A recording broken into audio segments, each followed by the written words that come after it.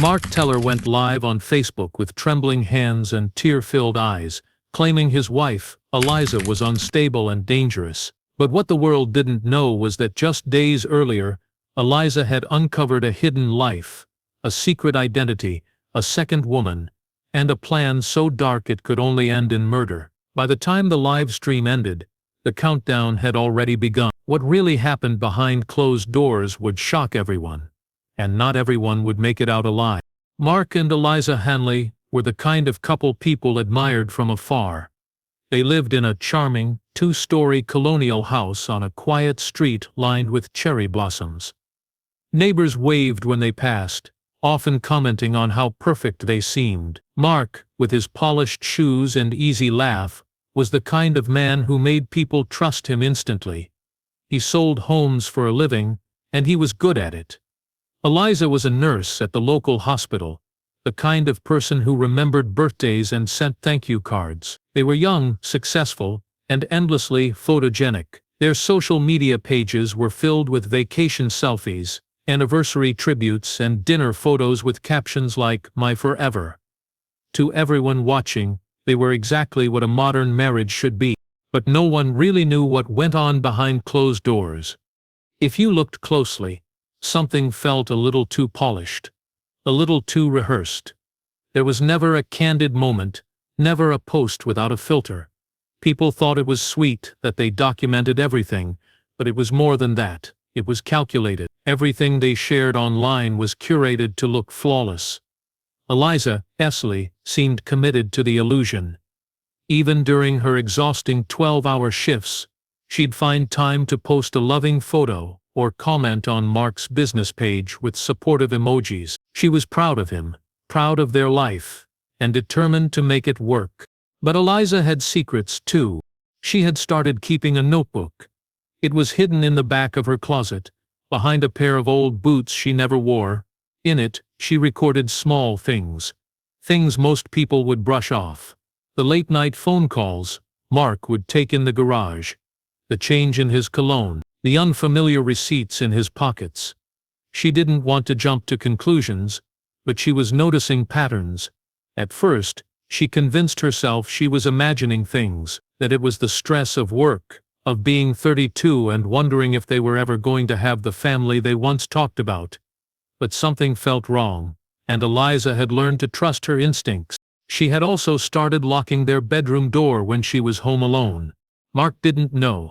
The distance between them had started slowly, like a leak under a sink, silent, gradual, but destructive. Mark had once brought her coffee every morning. Now he barely looked up from his phone when she entered the room.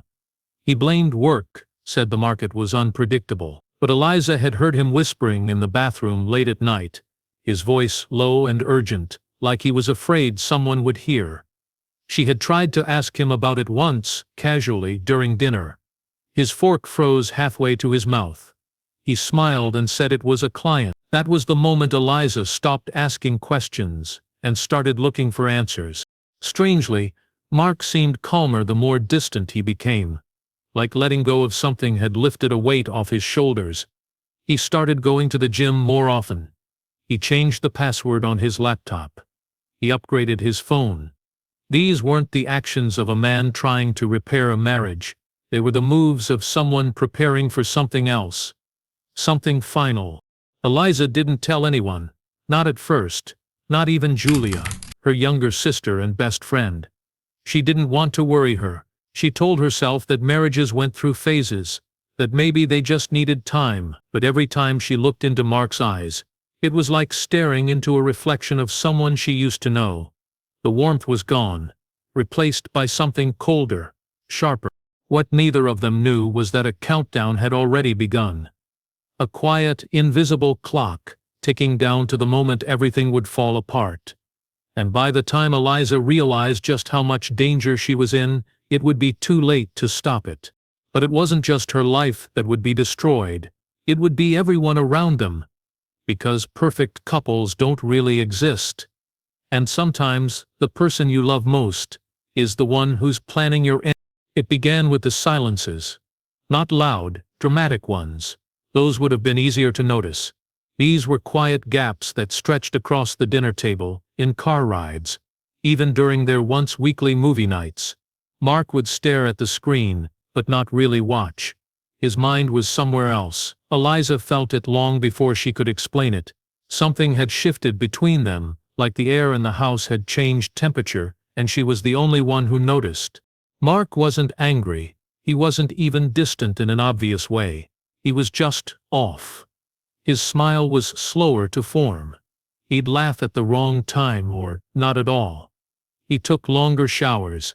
Sometimes he left the house without saying goodbye. The things that once made their relationship warm and familiar were now gone, replaced by a cold, functional rhythm. He still said, "Love you," but it sounded automated, like he was going through the motions of a life he no longer wanted. Eliza tried to brush it off, but doubt has a way of creeping in through the smallest cracks.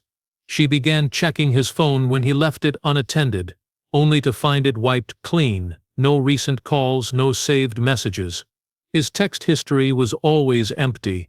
She noticed that his email password had changed. When she casually asked why, he told her there had been a hacking attempt at work. He shrugged it off. She didn't push.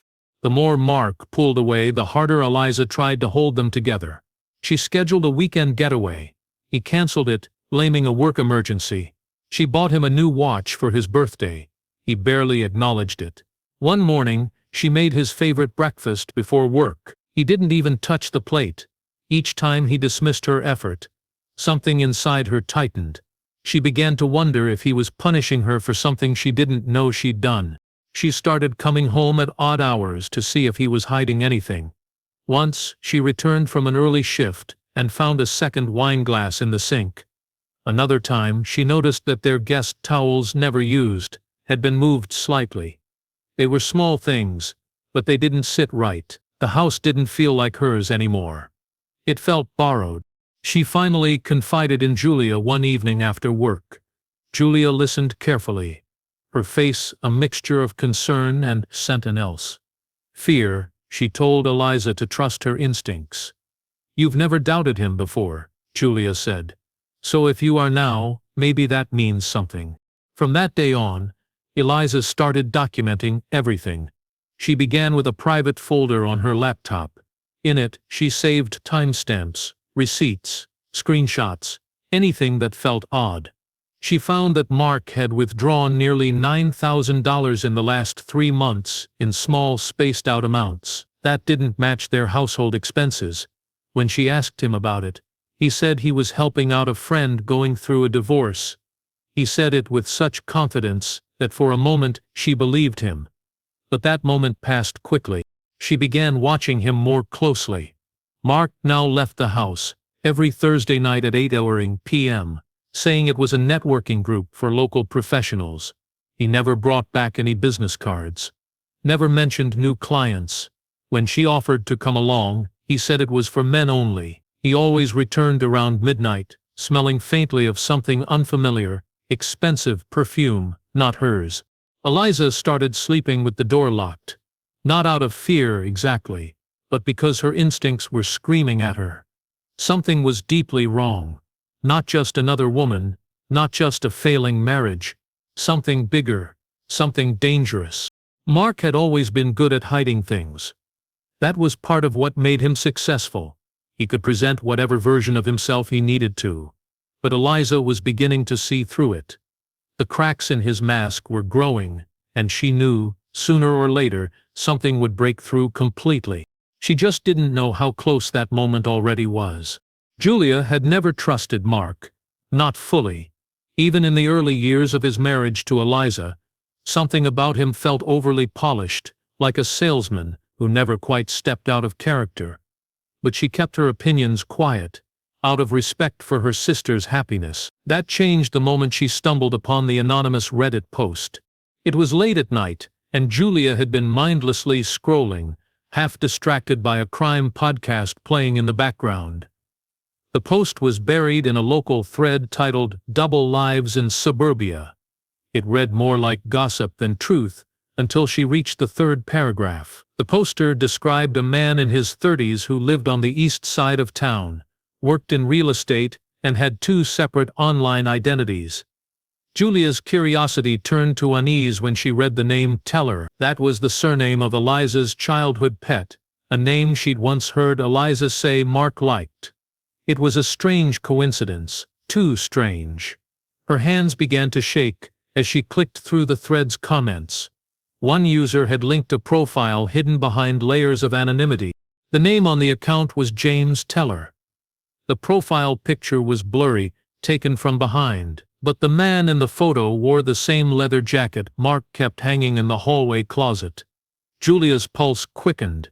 She clicked through the photos and posts, her disbelief growing with every scroll. There he was.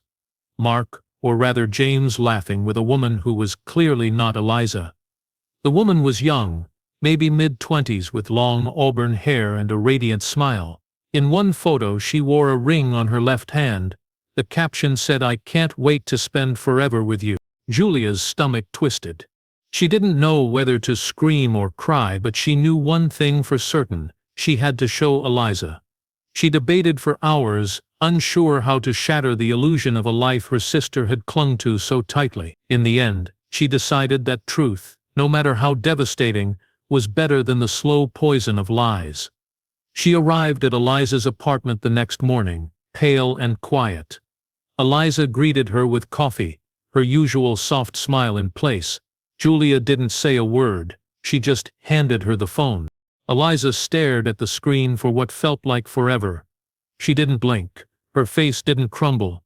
She simply nodded and whispered, "I knew something was wrong." She spent the next several hours clicking through the profile herself. The account had been carefully maintained, just active enough to seem real, but quiet enough to stay hidden. Mark, under his new name, had created an entire alternate life. Dinner dates, out-of-town weekends, affectionate captions, even pet names. But one thing stood out: everything was confined to private posts, seen only by a select few. Julia, skilled with digital tools, dug deeper. She uncovered bank transactions leading to out-of-state hotels. One payment had been made the very night Mark had claimed to be stuck at a real estate mixer. The woman's name was Lacey Monroe. A quick search revealed she was a yoga instructor who had recently moved town.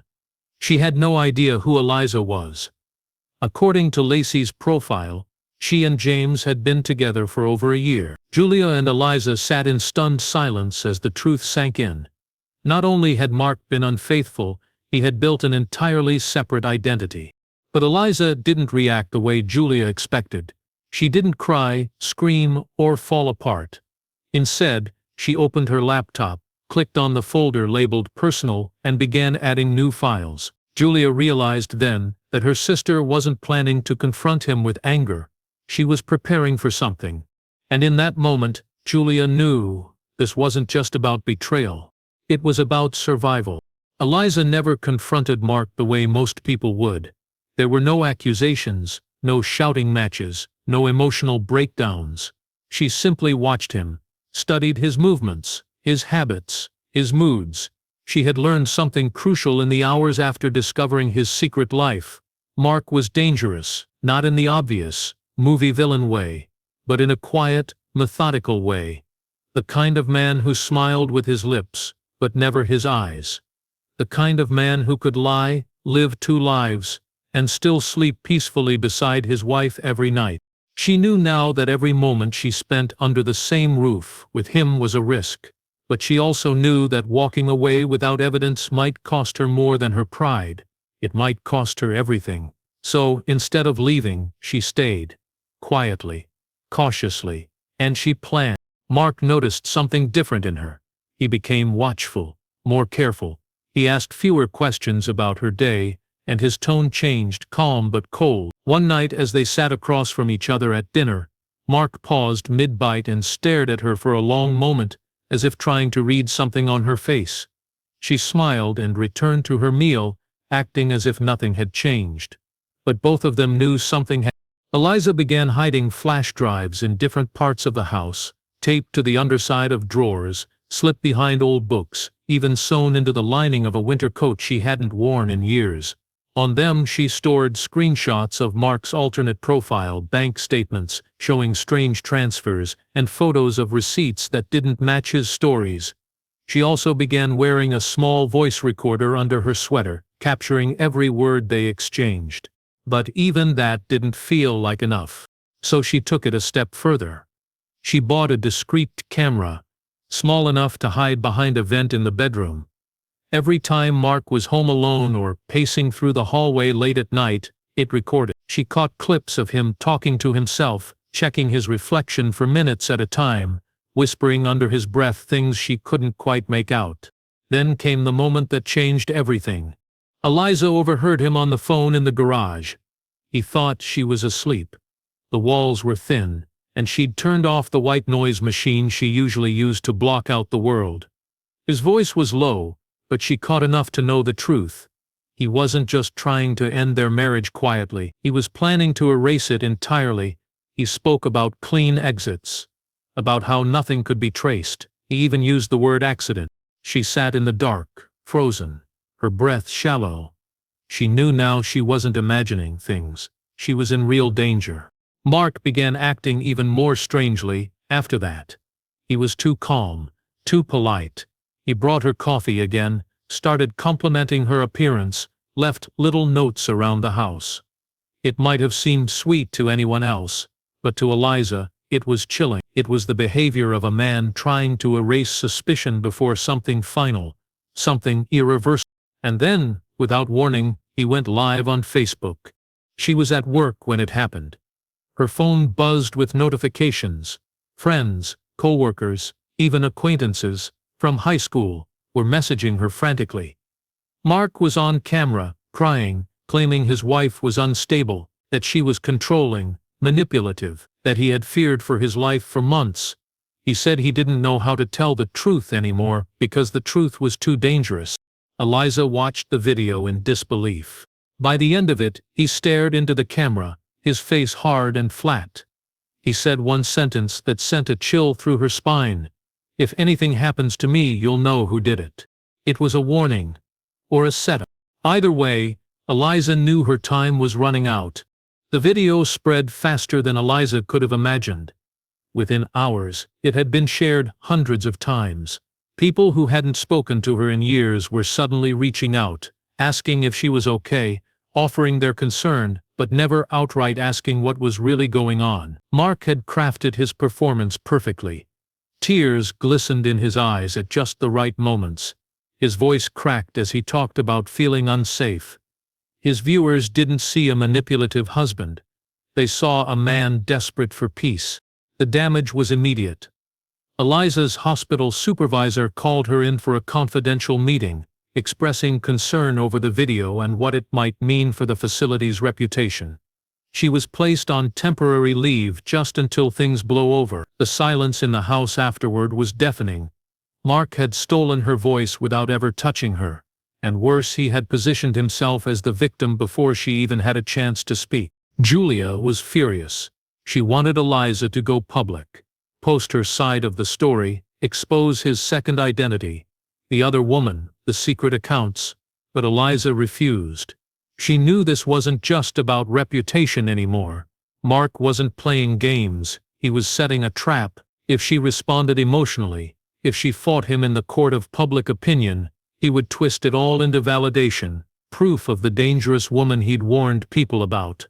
So she stayed silent and watched. A week after the video, things got stranger. Eliza found her front door unlocked when she came home. Though she knew she'd turned the key that morning, her laptop had been moved slightly on the desk. Nothing was stolen, but her private folder, the one labeled personal, was gone. Not just moved, deleted. She raced to her backup drives, hidden in different corners of the house. 3 were missing. Panic surged through her. Mark knew. She tried to act normal around him, pretending not to notice the change in his eyes, the barely concealed smirk when he handed her coffee, or mentioned the stress she'd been under lately. But inside, her nerves were unraveling. He was erasing her carefully constructed evidence, piece by piece, and soon there would be nothing left but his version of the story. Desperate, she turned to an old friend, someone she hadn't seen in years. His name was Cole Matthews, a tech specialist who once worked in data recovery. They had met in college and hadn't spoken since graduation. When she explained her situation, she expected disbelief, but Cole didn't hesitate. He agreed to help. She handed over her laptop, the last remaining flash drive, and what little she had left. Cole assured her he could recover most of the deleted files, if Mark hadn't used professional-level wiping tools. Eliza's relief was brief. That night, she noticed her phone had a faint static buzz during calls. Julia called from another line and confirmed the same thing. They were being monitored. It was no longer just a failing marriage or a tangled lie. It was a full-blown operation, and Mark was in control of every step. That Friday, Eliza received a manila envelope in her mailbox. No return address. Inside was a single Polaroid. It showed the back of her head, taken from a distance. She was walking to her car, unaware. Scribbled on the photo, in thick black ink, were 4 words. "You won't see it." Eliza didn't sleep that night. Every sound made her flinch. Every flicker of light outside the window felt like someone watching. She kept a knife under her pillow, locked her bedroom door, and sat in the corner until dawn. Mark had made his next move, and Eliza knew he wouldn't stop until she was gone. Eliza didn't leave the house for 3 days. Every window stayed shut, every door locked twice. Her phone remained powered off and stored in the freezer, just like Cole had suggested. It was the only place she could feel safe, if only for a moment. The photo, the Polaroid with the chilling message, remained on her nightstand untouched, unframed. She didn't dare throw it away. Part of her believed Mark had left it not to intimidate but to provoke, to warn her that he could strike at any time. But she wasn't planning to wait. Cole called her from a burner phone, his voice low and urgent. He had recovered fragments from the flash drive.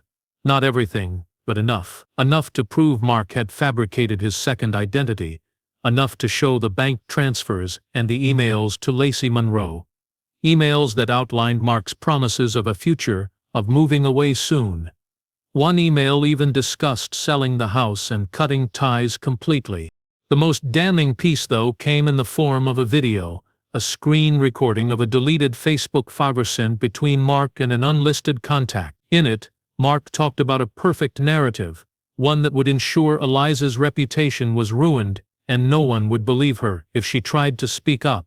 Eliza forwarded the video to Julia and Cole, telling them both to save separate copies. Then she printed transcripts and hid them inside the cover of a cookbook Mark never touched. She didn't want revenge. She wanted safety.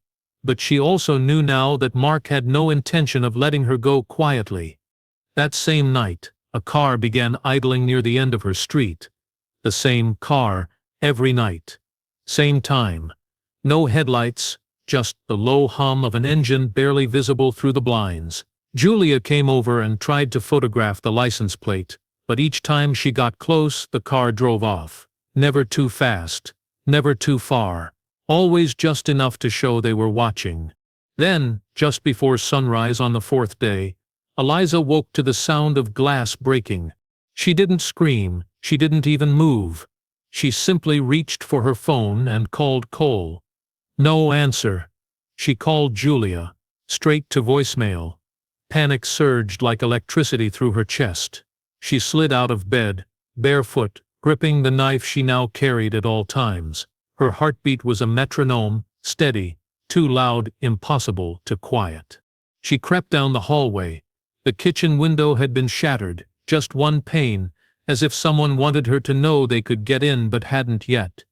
She found no one inside, no footprints, no message. Just a slow drip of glass falling to the floor. She called the police, hands trembling. They arrived 20 minutes later, took a report, and asked her if she had any idea who might want to scare you. She looked them dead in the eye and said, "My husband." But Mark had an alibi. He had checked into a hotel out of town the night before. Receipts. Surveillance footage. Phone GPS. The officers smiled politely, jotted down a few notes, and left. Nothing more to be done. Eliza knew better. The break-in hadn't been about theft. It had been a warning. A way of saying, you think you're safe, but you're not. That afternoon, a second envelope arrived. This one contained a USB drive. She hesitated before plugging it into an old laptop disconnected from the internet. There was only one file on it. A video. Short, blurry, but unmistakable. It was footage of her sleeping. The timestamp showed it had been recorded just 2 nights earlier. Someone had been inside the house, and Mark wanted her to know. Eliza didn't sleep the night after watching the video. She sat in a hard wooden chair, her back pressed against the locked bedroom door, clutching a hammer in one hand and her old phone in the other. Her body was exhausted, but her mind wouldn't stop spinning. Whoever had filmed her, whether it was Mark himself or someone he hired, had been inside her bedroom, inches from her, watching her breathe. And she hadn't even stirred. She thought about calling the police again, but she knew how that would go. Mark had already built his stage. They saw her as unstable, fragile, possibly paranoid. Another call would only reinforce the image he had carefully crafted during his Facebook Live confession. Mark was winning the war of perception, and Eliza had almost nothing left. Except one card. Cole had finally decrypted the last few fragments of Mark's deleted files. What he found wasn't just damaging, it was horrifying. Buried inside a folder labeled JT Estates, Cole had discovered dozens of manipulated documents, fake identities, property records under alias names, and worst of all, a list, 3 names. All women, each with a corresponding file. One of them was Lacey Monroe. Another name, Fiona Hales, had a red X drawn next to it. She'd died 2 years earlier in what was ruled a house fire. Cole traced the documents to a pattern. Each woman had been in a romantic relationship with someone named James Teller. Different states, different timelines. But the handwriting was all too familiar. The same types of staged financial transfers, the same aliases, the same script. It was becoming clear, Mark wasn't just a liar or a cheater, he was a predator, and Eliza was next. She and Julia met Cole in a dimly lit diner an hour outside the city. It was the only place they felt safe enough to talk. Eliza handed Cole the USB drive with the bedroom footage and the Polaroid. Cole took them silently, then looked her in the eye and said what she already knew, but hadn't wanted to hear. He's escalating. That night, Eliza made her decision. She would no longer wait for Mark to make his move. She was going to expose everything, but carefully, strategically. She wasn't going to fight fire with fire. She was going to burn his whole mask off. With Cole's help, she set up a private website, hidden from search engines, password protected. It held every file she had, screenshots, videos, transcripts, financial data, and even the list of Mark's former victims. Cole embedded code that would send the entire site to law enforcement, local news outlets, and an encrypted journalism Dropbox, if anything happened to her, or if the site was manually triggered. She called the backup system Project Silencebreaker. She gave Julia the password, along with a handwritten letter. If Eliza went missing, Julia was to release Evervey. No questions, no waiting. The very next day, Mark returned home. Unexpected, no prior warning. He walked in with flowers in one hand and a forced smile. The same man who had posted a tearful video about fearing for his life now stood in her living room, saying they could work things out. Eliza kept her voice calm. She offered him coffee. Her hands shook as she stirred sugar into the cup, but her eyes stayed locked on his. Mark looked around the house like he was searching for something. Something out of place. Something new. Eliza noticed his gaze pause for a moment on the wall near the bookshelf where the camera she had hidden 2 weeks earlier blinked once. He turned back to her and smiled. She smiled too. She knew what he was doing. He was testing her, watching for fear, looking for signs that she was slipping. But this time, she wasn't. She had set the trap, and now, all she had to do was wait for him to step into it. The storm arrived the following night, both in the sky and inside the house. Rain hammered the roof with relentless force, wind howled against the windows, and the power flickered twice before finally giving out. Darkness settled over Eliza's home like a heavy blanket, the only light coming from the occasional flash of lightning illuminating the soaked yard. But inside, something far more dangerous than the weather was brewing. Mark had stayed. After showing up unannounced the day before, he hadn't left again. He claimed he wanted to rebuild trust, said he missed her, and that he didn't like where things were going. Eliza played along, careful not to trigger suspicion. But every word from his mouth was a lie layered in sweetness. She saw through it all. He wasn't here for reconciliation. He was here to end what he started. That night, shortly after the lights went out, Mark suggested they play cards by candlelight. It was the kind of moment that, to an outsider, might seem romantic. Two people riding out a storm together.